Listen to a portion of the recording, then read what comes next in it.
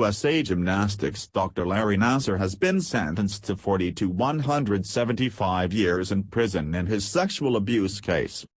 The 54-year-old appeared in court in Lansing, Michigan, on Wednesday, January 24, for the seventh day of his criminal sentencing hearing.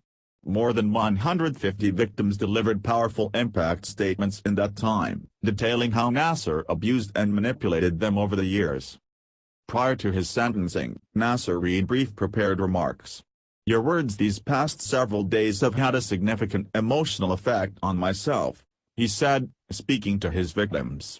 "I recognize that what I'm feeling pales in comparison to the pain, trauma and emotional destruction that all of you have felt. There are no words to describe the depth and breadth of how sorry I am for what has occurred. I will carry your words with me for the rest of my days." Nassar's accusers, many of whom were children at the time of the abuse, said they trusted him to care for them and were afraid to speak up.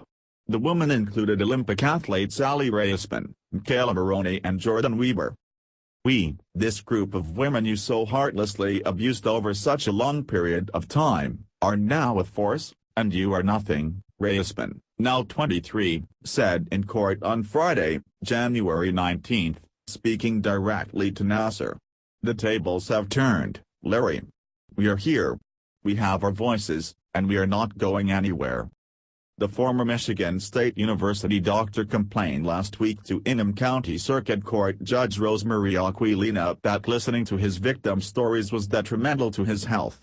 The judge responded, "You may find it harsh that you are here listening. But nothing is as harsh as what your victims endured for thousands of hours at your hands."